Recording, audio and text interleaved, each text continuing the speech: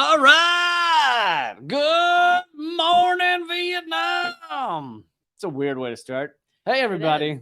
Welcome. Although, did you know that you share a birthday with Robin Williams, which I think is so cool? I had forgotten that. Like, He no, was no one a cool look. He was a genius. He was a genius. is on my birthday. He was genius. I don't know that. I feel like during his lifetime, he probably didn't know that I shared his birthday. He might have. You don't know that. Hey, everybody. Welcome to Common Censored / Dangerous Ideas, whatever you want to call it, / Moment of Clarity, kind of everything. Thanks for being here. Thanks for joining us around the world. Thanks for being here. We got a lot of important news stories for you. We're going to talk about how the mainstream media is pushing for an even larger Pentagon. We've got stuff on how awesome U.S. schools are doing. We've got a pretty mind-blowing news story about one woman having her cells stolen and used for a generation or more, a couple of generations. Anyway, a lot of important news coming up. Thanks for being here. Please click thumbs up and subscribe and follow and leave a comment. Even if you have nothing to say, just type farty in the thing, because I think it maybe helps the algorithm. If it's like, hey, lots of people are, this is how I figure algorithms and AI sound. Lots of people commenting. Good thing. Show to more folks. That's how I figure. But you gotta please try to come up with something better than farty. Listen, come on. I have a little bit more faith in your fans, Lee. The fans, yes, but I've seen many comments worse than that. No, well, obviously you're not asking the trolls to troll more. You're asking people who are here and hanging out with us and cool people to just write a comment. Well analyzed. Thank you. I thought. All right. Let's get started. And let's also go live on Rockfin and all that good stuff. All right. So we're starting out with this fairness and accuracy in reporting. I love them so much, by the way. Yeah, normally their headlines are hilarious. This one's a little less hilarious, but still funny. I mean, it's funny in the content, not really in their framing, because the content itself is an Onion article, I feel. Someone just put in the comments, right, Yard Rock 2024. Woo! And so I feel the need to chime in and say, goddamn right, Yard Rock 2024. YardRock2024.com. It is better than the corporate candidates by a mile. How much medical debt has it canceled so far? We have raised $65,800 of medical debt for struggling Americans over at YardRock2024.com. So, Fairness and Accuracy in Reporting has put out this article on how our mainstream media, and I know this will shock you, but our mainstream media has recently been pushing harder and harder for more funding for the Pentagon. The Pentagon, they've been struggling. They've been scraping by. They lots of their drone bombs, they have to scrape together the funds by standing out on the street corners and offering to wash people's windshields, and then they say, "Can we have some drone money?" It's a lot of that. So this is not actually about the drones. This is arguing specifically about office life at the Pentagon. So I phrased that wrong then. To get staplers, they have to wash people's windshields. Say, can I have a stapler, please? I mean, I'm not kidding. This was an article in Wired. The headline reads, "Office life at the Pentagon is disconcertingly retrograde." The sub-headline reads, "With no connectivity and little diversity, the military's hub may soon be a threat to national security." I don't know if he meant to make it like sing-songy and rhyme. Diversity, security. I enjoyed it.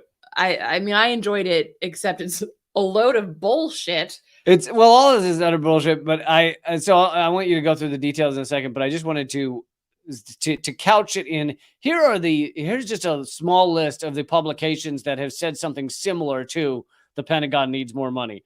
You got Wired, Foreign Policy, Politico, MIT Technological Review, Defense One, Wall Street Journal, Financial Times, and New York Times, and then Wired again. That's just a small list of those saying all of the things that we're about to dig a little more into. Okay, so one of the quotes from this article in Wired says, quote, "There are no laptops at meetings in the Pentagon. There are no whiteboards either." They're trying to say no one at the Pentagon can afford a laptop? Well, so or a whiteboard? You can get a whiteboard at the dollar store. I mean, it's made out of it's actually human bone. well, I'm just like, what are they take the doing? Are bones they of the like workers, but are they like Neanderthals carving shit into Yeah, rock? yeah. Like, is that why we Yeah. get things so wrong? They're like, it's I thought that it's- rune said this, but the coordinates were all fucked, and that's why we ended up bombing Somalia. it's a lot of cuneiform. It's Yeah. a lot of cuneiform that they do in the Pentagon because they can't afford a whiteboard. Everyone knows that. They spent $1 million shooting down a $12 hobby balloon, Yeah. $1 million with 2 missiles, but they can't afford a whiteboard. Nope. And the argument goes like this, that it needs a program for modernization to adapt to the, quote, evolving character of war and an ongoing reframing of national security and an increasingly aggressive China and a stubbornly revanchist Russia. Stubbornly what? Revanchist? I don't know if I'm saying that right. Revanchist? Revanchist. Revanchist. I like that word, but someone seeking vengeance. Yeah. You learn something new every day. Yeah, Russia, that's really what defines Russia. God, they're just so stupid on so many levels. It really what defines Russia. They're just in for vengeance. That's why Russia makes their decisions. It's just vengeance. Like you could be totally against everything Russia does and also be like, but it's not vengeance based. It's very much based on many other things. So again, as Lee pointed out, there are echoes of this in foreign policy and Politico. Said that the Pentagon has an endless struggle with AI, which I just imagine some old general like floor wrestling with one of those dog robots. Their endless struggle with floor wrestling with a dog robot. Their endless struggle with AI is just him chasing the Roomba around, being like, you already did that corner. You did that corner. Roomba. It's just a lot of that. So this Politico was arguing that the military needs more AI technology faster because they can't keep up with the tech industry's pace of military technology development, imperiling, and I quote, American dominance as China ascends. Okay. I mean, there's so many things wrong with this that it boggles the mind, but also literally you're arguing that your Pentagon can't keep up with the technology that they're paying to create. Wait, what? It can't keep up with the pace of military technology development. I thought it said in China. No. This is imperiling American dominance as China ascends. Oh, okay. Like, the DoD can't keep up with its own fucking pay. Okay. Right. The tech valley. That sounds like a problem with your brain buckets, not a problem like it's your fucking technology. That'd be like if I was saying I can't keep up with my computer operating system. Does that mean that I need more operating systems? No, it means that my fucking head is having a problem with the operating system. Really, that should be the mainstream media saying the Pentagon needs to update their heads. I mean, they need better, stronger heads because they're like how else idiots. am I supposed to interpret this? They can't keep up with their own technology. That makes sense. I mean, there is plenty of things the Pentagon does wrong, and they look like fucking idiots, like the F-35 program, where the F-35 they spent $1 trillion on it. Well, $1 trillion on it, and they were still catching on fire while parked. Like, somebody just hit the little button that unlocks the doors, and then it's just so there are problems, but it's not due to lack of money. No, that is not the goddamn issue. It's not. But here they are running around, the mainstream media running around pushing this nonsense of like, we can't keep up. The Pentagon needs some money. Why won't you guys give it money? And I mean, sorry, just throw in here because I know most of you guys know this, but it needs to be repeated. The Pentagon budget, yes, people say it's $838 billion, which is insane.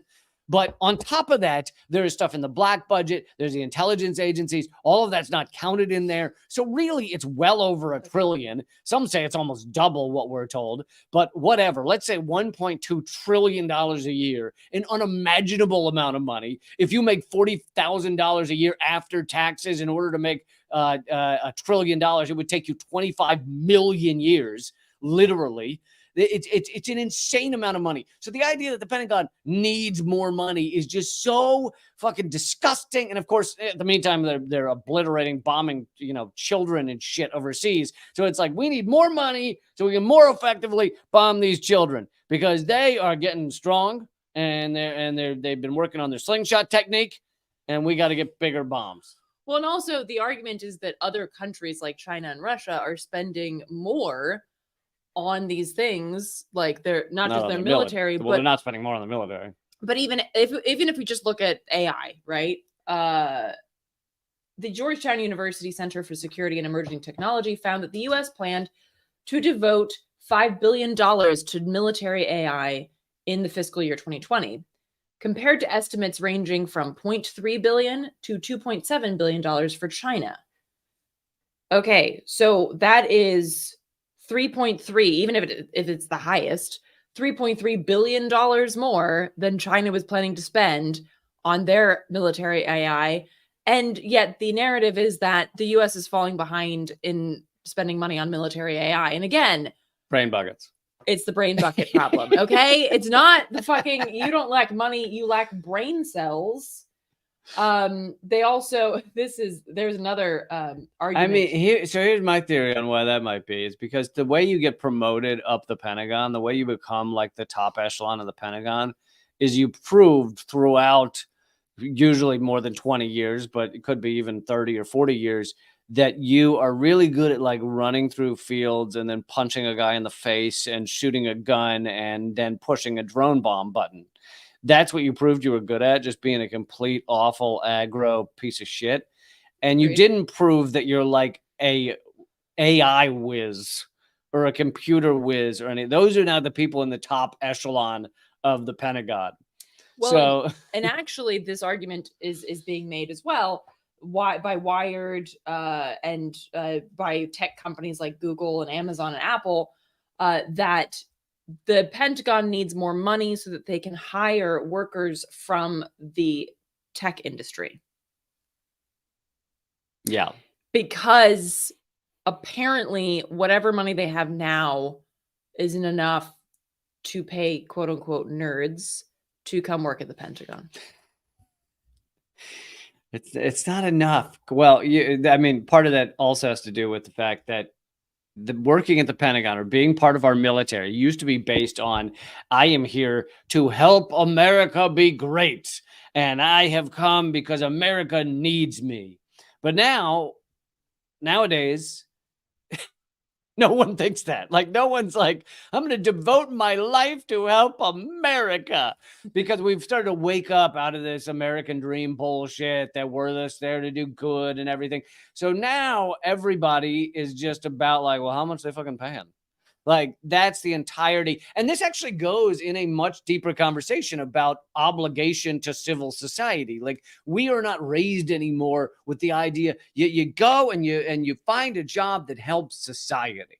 No, our society is based on like, you go and you find a job where either you make tons of money or you come a lot. Like, those are the things that it's worth working for in our world now. There's nobody that's like even when I was a kid, it was like people would talk about teachers. It's like, oh my God, they're giving back. They're devoting themselves to the next generation and the kids and taking care of them and teaching them and all this stuff. And I've never heard anyone say that nowadays. Like, they should be. Like, teachers are important, but no one's like, oh, you became a teacher. Nowadays, it's like, oh, you became a teacher. What happened? Paralegal didn't work out? Like, yeah, except in Finland where they pay their teachers really well. Well, no, that's my point. Is other countries are not like that. Like, yeah. So yeah, I mean, and there are FAIR does amazing work of in particular, like pointing out how hilarious it is when somebody claims that the Pentagon doesn't get enough money. But this, I just had to share this with y'all because it's like, Oh no, I love it. Well, and this actually is a good segue to wait, I have to give a few more numbers. Oh, I'm sorry. You're jumping my numbers. Okay. I just wanted to say they failed 5 audits in a row. No one knows where the goddamn money's going. Sorry, I've been prepping this one. I'm just gonna for the sake of my tinnitus, I'm just gonna slowly scoot away. Scooch a bit. You scoot away like when that guy says the racist thing on ESPN, like during the football game. The other commentators are like, no, but they failed 5 straight audits, which is all the audits they've had. So they've never passed an audit. The last audit, they admitted, they said publicly that they can't account for 55% of all their assets. They don't know where their assets are. They fucking no idea. They don't. My line that I will continue to use. They don't know their elbow from their assets. They have no idea where they are. And you make that same face every time. They have no idea where their shit is, where the money's going. And here you have our garbage mainstream media saying, you know what would really fix this? If we just paid people a little more. If we put a little more money into that. Not just anybody, nerds specifically. We just paid nerds a little bit more so they could come help us do the killing. And also whiteboards. And whiteboards. But yeah, that's so yeah. I mean, a lot of them are made in China. So where are you going to get them? China has a monopoly on the whiteboards. Well, then clearly we need to spend more money on military technology creating whiteboards. You know, the Pentagon does have a whiteboard. It's the upper echelon of the Pentagon. That's what I'm here for, folks. All right. Are we leaving on now? Now You go. Okay. Yeah. So I just wanted to compare and contrast, like the Pentagon has more than $1 trillion budget. And I just wanted to look at what does not. What does not have $1 trillion? All of the things. All of the things. But, including some minor details like American schools, public schools. So I thought it was $1 trillion. Is it not $1 trillion? It's a little less. A little less? Okay. So these are K through 12 public schools. The organization, a report card for America's infrastructure. No. I got it. Just keep talking. Okay. It's that one. Fine. You do your thing. They have given American public schools, K through 12, a D+. Scroll up. A D+. There's the little D+ over here. Yeah, there's your grade for now. So passing, you're saying? The best estimates in their overview of this indicate a minimum of a $38 billion annual funding gap for public school facilities across the country. Now, riddle me this, Lee. Is $38 billion more or less than $1 trillion? Oh, it's been a long time since I was in the old education system, but I did go to public schools in Richmond, Virginia, so I can say with much authority, $38 billion is more than $1 trillion. Well done, Lee. You are a testament to the public schools in this country. In Richmond, Virginia. So wait, did I get that wrong? So I'm glad you didn't, bet any money on that one, Lee. But $38 billion is the funding gap. The Pentagon, regardless of access to whiteboards or laptops, could literally find that shit in their break rooms. Right. That is like such a small percentage. And that would just be to get public schools to a level that is acceptable. In the report, nearly 41%, almost half of all public schools have issues with their HVAC systems. And people might remember that a few years ago, for instance, in Baltimore, they closed the public schools because kids were literally freezing to the level that it was like concerning on a medical level in the public schools because they didn't have fucking heating. There was also a report by ProPublica about Idaho, from this year, which boasts the worst funded schools in the nation, with collapsing roofs, broken toilets, flooded classrooms, mold, because that's really good for developing brains. There are pictures of kids with their full-on like snowsuits on trying to learn. I don't know about you, but I can't fucking learn shit if I'm freezing my ass off. So that's Idaho, that's Baltimore. I can vouch for the fact it's much harder to learn when your balls are up inside you. Totally true. I can't relate to that comment, but there was even a GoFundMe that somebody Jesus started. Christ, get heat to our public schools. I'm not. This is a GoFundMe. This is so sad. From a few years ago, called "We Need Heat in Our Public Schools," and it was for Baltimore, and they were asking for $100,000. I believe $100,000 is also less than 1.2 trillion, but I'll have to talk to my maths people about this. To ensure that they would get some heating. Dude, the US society is now like I'd say 46% GoFundMe based. Dude, it's like just use GoFundMe to try and keep this shit show running. There's another story from Philadelphia, where a 1930s era boiler is still used to heat the school. 1930s. Yeah, but that's a good boiler that's held on that long. That boiler they made things better back then. That boiler's held on for 100 years. God damn it! Well done, boiler. Decaying ceiling tiles, support beams that are cracked in classrooms, and oven-like conditions in warmer months. So yeah, packing kids into ovens in order to learn about the history of our great nation. That's a picture. So, and I'd like to just throw in here that Yard Rock has never voted to cut schools funding, just cut funding for schools, like never once. Yard Rock 2024 it's just always been full support of our education system in this country. And to throw something else in here that's slightly less satirical, this is by design, right? This is not just that our government is like, oh, damn it, you got to make those hard decisions. And one of them we had to make was that we can't afford the HVAC in the schools.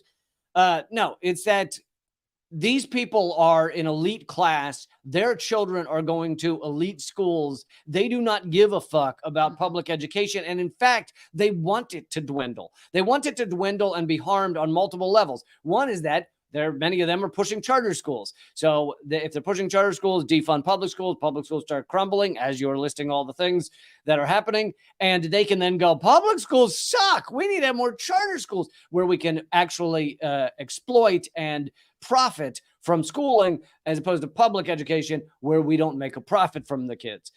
So that's a big reason. But another reason is that we have a class structure in this country that is meant to not appear to be a class structure. So you say, anybody can do anything they want. If you want to be rich and successful, so you just got to work hard. But it's not actually like that. And if you are of the lower class, yes, extreme poverty, but also just, even many lower, middle, and lower class people, you are going to go to these public schools where the upper echelon of our society wants you to not become super smart. You're meant to be one of the cogs of the machine, a worker. You're meant to enjoy or not necessarily enjoy, but think that the best you can do is that job pulling the used underwear out of the jets of the hot tub at the Holiday Inn.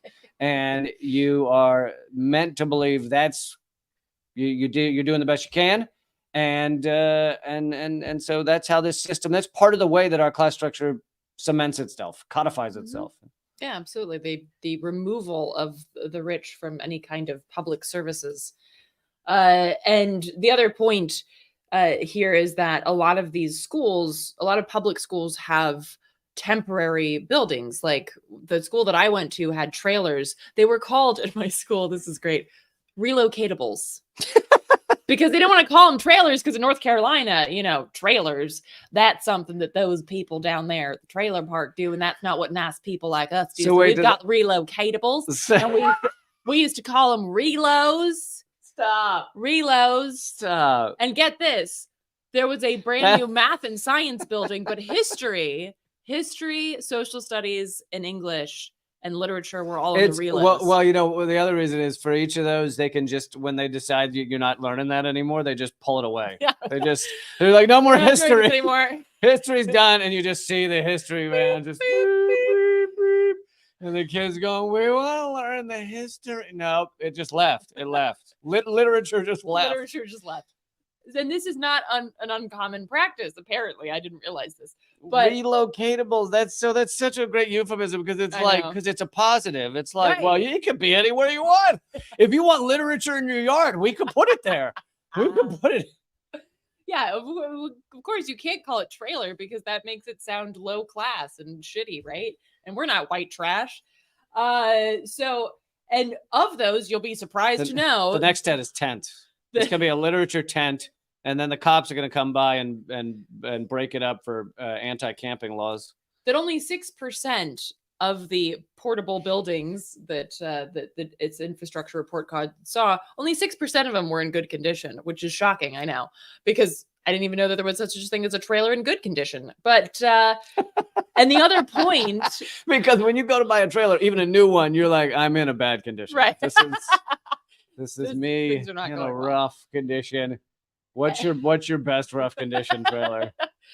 And so the other point that they're making here is that these portable buildings are not going to withstand the impending climate chaos. So when there's a lot of wind or when there's a lot of rain, just blew literature away. Shit, just blew literature down the hill. Fuck. And all of the little kitties that were in there learning about the, Shakespeare. The talented and gifted kids all floated down the river in their relo. Jesus. Yeah. So, I mean, you got to laugh because there's so much to cry about. But this is the state of our schools. Literal trailer parks with no AC and no heating. And meanwhile, the Pentagon is fetching because they don't have enough money. I mean, I couldn't write this shit in a fucking movie. They've replaced schools. They replaced public schools with a fucking cube on wheels. And they're like, this is where the kids will learn. The non-rich kids, because they go to a different thing down the street. They don't have reloads. Yeah, no, they don't. They don't get the luxury of reloads. It sucks for them. They're just stuck in one place. They're stuck there. That's right. Jesus Christ. Reloads. Uh-huh. Yeah. I think that might be the nickname for the United States right now. We're low. And we'd hear like what was going on in the next classroom, of course, because trailers don't have very thick walls. So you'd be learning about like English lit or something. You'd hear the teachers humping in the other room. You'd hear like if somebody's yelling at a kid, or you'd hear they're watching some movie about the Revolutionary War, and so you'd hear people dying loudly, and you're trying to read fucking Grapes of Wrath, and you're like, they're like, please open your books to, and you're until you see the whites of their eyes. Is that not everyone's educational experience? And that was my impersonation of the teachers humping in the other room. Hey, history and English teachers can get pretty weird. Oh, yeah, totally. Not to mention gym coaches. Oh. All right. So moving on to a less entertaining topic. No, actually, this is in a roundabout way. This is the good news. This actually, the only reason I'm bringing this up is because the people suing Big Pharma and others won, but still, this is, I don't know. Oh, by the way, folks, actually, I should let you all know this real quick. In a few minutes, we'll be going to justrumble.com/LeeCamp. That's where this will continue for free. If you're watching there, nothing changes. Also at leecamp.net, my locals page, that'll stay the same as well. And we'll head over there, and it'll just be there in a few minutes. So I hope everybody will go watch for free at rumble.com/LeeCamp. Also, the other thing is my ebook is now available anywhere you can get an ebook, or most places. So that's called Dangerous Ideas. Yes. I will call on Eleanor. We'll finish your thought. Dangerous Ideas, new ebook, and you can pretty much grab it on all your platforms. Get it. Also, get some. For those, I'm sorry, I went back to North Carolina in my head, so I'm just gonna be all North Carolina for the rest of the Southern show. For the rest of the If y'all are in or around Baltimore on August 19th, I will be hosting a book event at Red Emma's with Kevin Gostola, who has a new book out about Assange and Assange's case. So please check that out. You can go to Red Emma's online and get and reserve a place or whatever the fuck it is for that event. August. It looked like you were a cat playing with a toy. I am very cat-like. You know, if I were another human other than another animal other than a human. Oh, I was gonna love the end of that sentence. If I were another human, I'd be a cat. I'd be like, wow.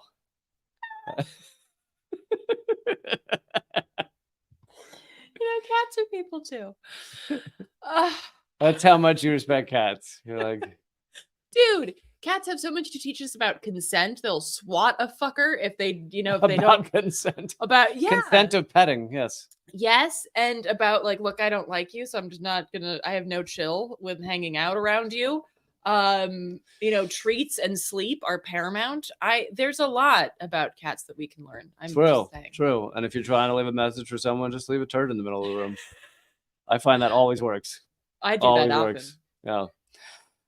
All right. No, it's fine. Shall I get to the next one? Yes. Okay. So if I were another human, I'd be a cat. So some of you may have heard of the story of Henrietta Lacks. I believe we mentioned it before, but she was an African-American woman. She died in 1951 in Baltimore. Wow, talking about Baltimore a lot. But young African-American woman died in 1951, I think in her 30s. But here's from cancer. But here's what was interesting about her and her life is that cells were taken from her during one of these surgeries without her knowing it. And the cells, unlike most others they could ever find, would reproduce very easily and indefinitely in lab conditions. And therefore, they kept using her cells over and over for eternity, like till now. They're still using them. And they're basically only using her cells. Well, and used in tests including the polio vaccine, the effects of radiation on human cells, and developing a treatment for sickle cell anemia. I mean, yeah. So that's a lot of fucking testing you're doing on these cells. It has amounted to, she died at age 31 in 1951. Since then, it's estimated 50 million tons of her cells have been produced. Like, it's hard to even contemplate. I don't even know what that means. I know what is going on here. But so there's a lawsuit brought by laboratory equipment maker Thermo Fisher Scientific has settled a lawsuit with the estate of Henrietta Lacks, a long deceased cancer victim with immortal cells. So we don't know the amount that they were ultimately paid, but they were content with the settlement. The tissue sample that became the HeLa, or Hella, I guess. But cell line was cut from Lax's cervix at Johns Hopkins in Baltimore. They sued in 2021 because the family had not seen a dime of the money that Thermo Fisher made from cultivating the HeLa line of cells. The lawsuit accused Waltham, Massachusetts-based Thermo Fisher of unjust enrichment, arguing it illegally commercialized Lax genetic material. And here's a quote from the lawsuit: "Black suffering has fueled innumerable medical progress and profit without just compensation or recognition." Yep. I'm wondering what. So was this? It doesn't say in this article, but I'm wondering if this was a common practice, like if they were, particularly with Black patients, if they were going to do some surgery, like they did in this case, if they would just go ahead and take cells while they're there, because who the fuck cares, right? Like, Right. was that? I wonder if that was a common practice. And of course, yeah, I don't know, but it wouldn't surprise me. And of course, there's worse situations, such as the Tuskegee experiments, where they would literally sicken Black men, and just to see what would happen, and not tell them what they have, and then just watch them as they die, and see what happens as they die. So it really is completely fucked up, and it shows a disrespect for Black people as humans, really. And so she was never told that they took her cells. And then I love this about their argument against. So they tried to argue against this, the idea that they'd have to pay her estate. Ultimately, they did pay, but in the lawsuit, Thermo Fisher argued that the lawsuit was brought too late. I love the idea that you steal someone's cells. You don't tell them. You don't tell them why you're stealing. Like, I doubt she was told, like, oh my God, you have magical cells that keep reproducing. So you don't tell them anything. And then you secretly go and make whatever, millions, maybe billions of dollars. And then when you haven't told them, haven't told the family, haven't told her, she dies. And you're like, well, you guys didn't bring the lawsuit in time. It's like, how was any supposed to fucking know you stole her cells? Well, right. And what's the what do they call it? The term limit, like when you can't bring a lawsuit because it's too much time. Statute of limitations. What's the statute of limitations on stealing someone's fucking cervical cells? You psychos. 15 minutes. Yeah, no, I honestly, like, and you're still using the cells. It's not like, oh, we stole them back then and then we never used them again, and they're trying to sue us for 50 years ago, 70 years ago. It's like, no, you're still fucking using them. Right. Yeah. So anyway, this is an insane story, but it is a good news story in that the family succeeded in this lawsuit. How they found out about it. I know. I think when this story first broke, there was information on how they found out, but I don't know. Probably a whistleblower who they probably tried to prosecute. Anytime you step out and reveal truth about our reality, someone goes, that person should be in jail. That's a problem. All right. I'm going to put the link to rumble.com/Lee Camp in the thread here, and we will head over there. It's completely free to go join us over there. So let's do it. And you want to continue on that story? Yes. Okay. So before you switch over, I just want to let folks know on all of the platforms that we're going to address the UPS strike, or the potential for one. So please do come hang out with us, because we are going to address that issue and the fact that some of y'all reached out to us to bring that up. To say we were wrong, and we are never wrong, never once. Okay, there was one time I put unleaded gasoline in a diesel car, but other than that, never been wrong. So he's just mad because I'm always right. I mean, there's that. Although I disagree. Yeah, they always do. Okay, so so maybe we should give the background that we covered this. Do you want to switch over from the platform? Well, I'm going to do it while you talk, so that we don't have a long interruption where we stare awkwardly into space. Like this? Just like that. Just you doing the gopher face. You have a sloth face, I found out the other day. That was... Yeah, but I don't. It was an accident, though. Yes. Is that it? I think that's just someone high, isn't it? No, that's a distinct sloth. Okay, sloth face. Okay. Which the people on the listening to the podcast love that bit we just did. So, so we covered. I'll stop the other platforms in a second, but we're going over to Rumble, but and locals, of course. But we covered this. So we covered the UPS strike. It would be, if it happens, it would be a massive strike across the U.S. It would interrupt all kinds of things. And it showed, even just the threat of it showed worker power on a very extreme level of how much they could interrupt if workers work together along with the Teamsters and really shut this shit down. And they've been offered a contract. I think they still need to vote on whether they're going to take the contract. Tentative agreement. And we then did a brief segment where we said that they won a lot of the things. This was a article by, I think, People's Dispatch or something, about how they'd won many of the things they were looking for, which is true. And it showed worker power, even if there was no strike. However, some of you contacted us and said that it is not enough and that the workers should not take it. So if you want to go from there. Yeah. And first of all, thank you for reaching out and letting us know how you felt about one of the things that we talked about. And so I went ahead and did a little bit of digging and found this piece has been posted on Workers Strike Back, and it's by several workers who share their specific unions,